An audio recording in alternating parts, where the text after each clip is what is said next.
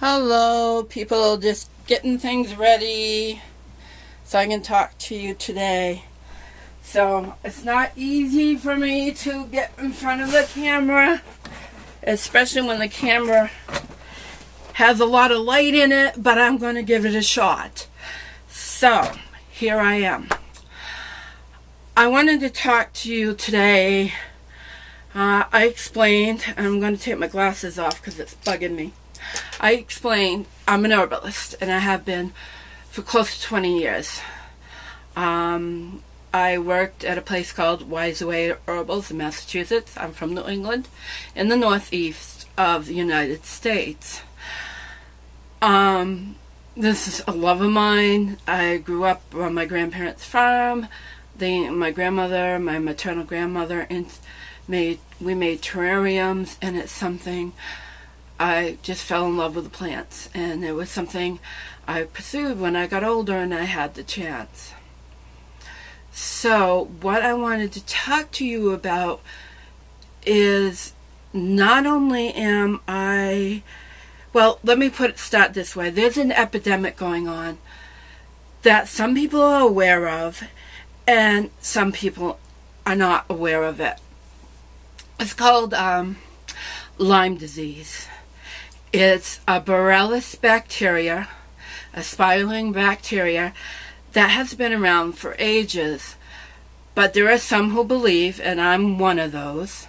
So what I'm about to tell you is for educational purposes only, okay? This is just for education.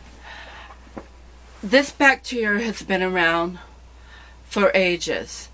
But because we have messed with the natural ecosystem and probably messed with bacteria, because let's face it, we use antibiotics, we mess with bacteria. So this bacteria has become rampant, and it is usually transmitted by what they call a deer tick. So since I'm an herbalist, I'm outside all the time. When I can be, I'm outside. I am limited for what I can do because of my back issues, and I hate to say the word, but it's clinical classification. So I'll use the clinical classification here. I'm morbidly obese, if you haven't noticed.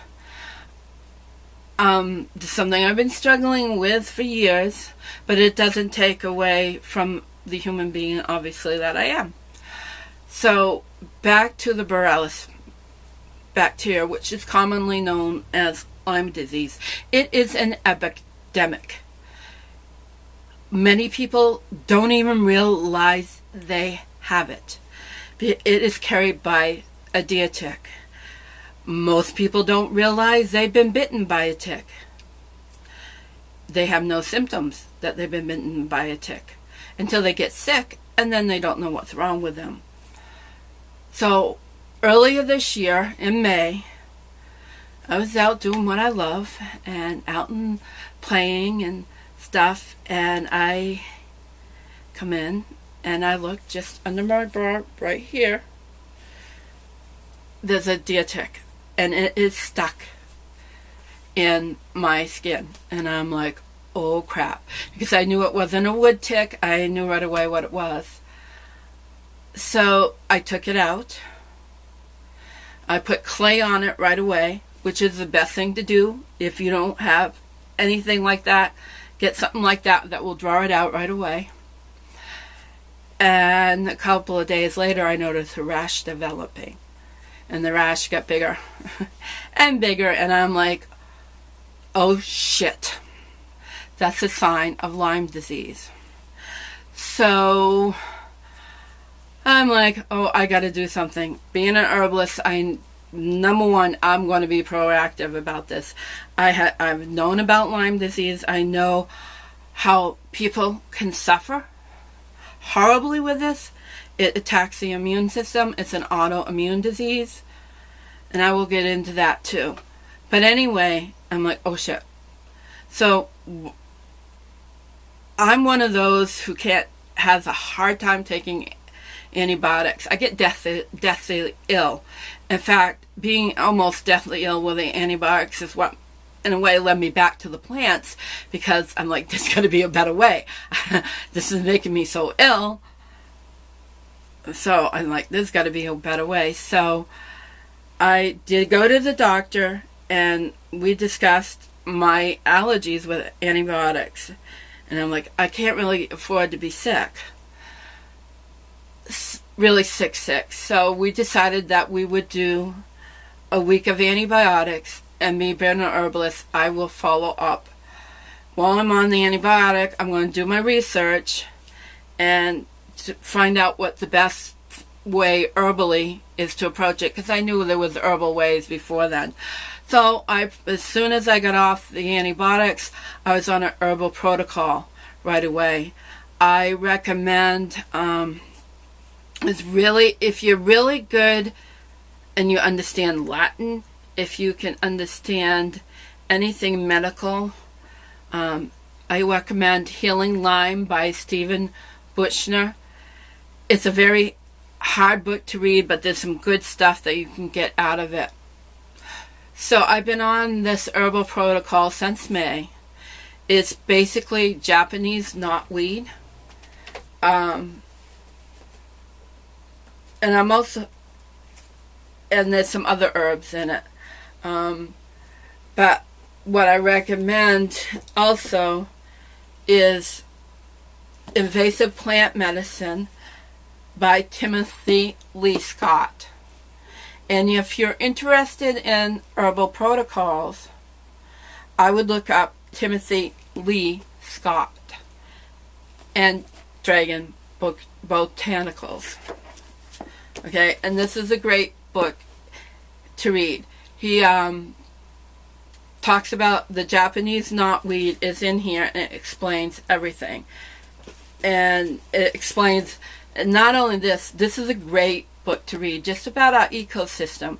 It's a book that I'm sure I'll read over and over again. It's that worth it. Meanwhile, I'm in the midst of going through menopause. Menopause is not a disease, and it is not a pause. It is a process. It is something that women go through, just like we went through puberty. This is the other side. We're going through another change in life. And at the same time, when we went through puberty, our hormones can go up and down. So I'm going through that also. I've been probably started 2 years ago. I started with hot flashes. I still can hot flash, but not as bad. I went first time 4 months without bleeding, and then it's been off and on. The last one was several months ago. So I'm in the midst of that. So because of this, I get extremely tired.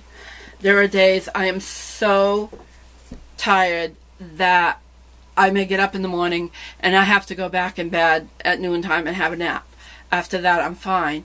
So I am extremely grateful that I'm pretty much healthy.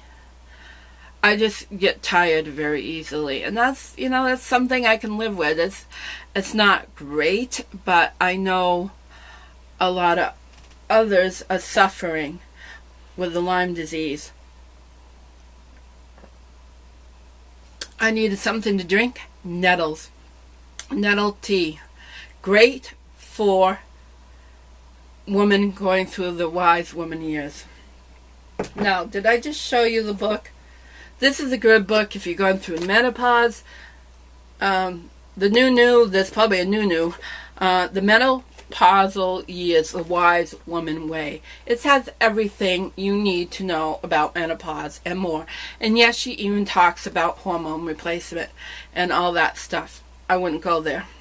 But she explains it all so that you have options, right? It's always your choice.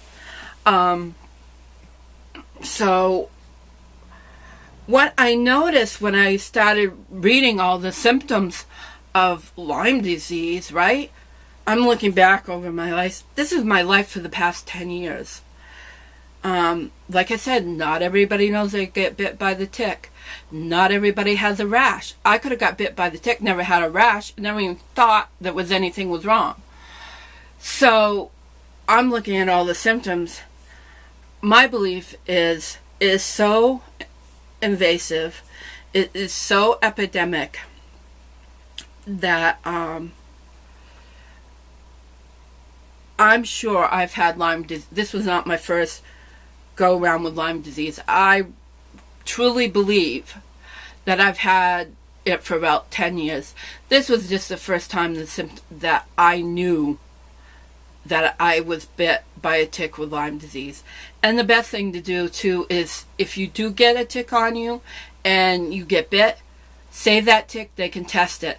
In the Northeast, New Hampshire, the doctors and stuff are really great. They know it's an epidemic, well, at least the ones I dealt with, and they will test right away. And that's the best way to know if it truly is a Borrelia virus, bacteria. So it's been a process. I don't want to go on too long about it, but if anybody is interested, I can go into more detail and talk about it. What I will tell you, and I want everybody to know, and this is what I truly believe, since this bacteria has been around for eons, and because we have messed with the ecology of our planet, there are people that have autoimmune diseases that probably are caused, most likely, by and this is what I believe. So anybody, an autoimmune disease, what is that? That is a disease that attacks your body. That is rheumatoid arthritis. That is lupus. I'm trying to think. Crohn's disease. Anything that attacks, anything that causes your body to start attacking itself, so to speak. So this is one that fibromyalgia. I thought that's before I started reading through the symptoms, and then I got bit with the tick. I thought I had fibromyalgia, and now I'm realizing I probably had been exposed to the Borrelia bacteria before, and because I'm an herbalist and I take herbs on a regular basis, that helps keep that flushed, it doesn't give them a chance to grow in my body. So I wanted to share that with everybody because, like I said, it's hard for me to go in front of the camera and talk about my personal issues, but I believe it's something everybody needs to be aware of. And I believe it's not just the United States. I understand it's all over, but there are pockets. There are really epidemic proportions. And so I really wanted to talk about that. And if anybody wants to know any more, let me know, and I will do some videos more in depth. Thank you so much. Over and out.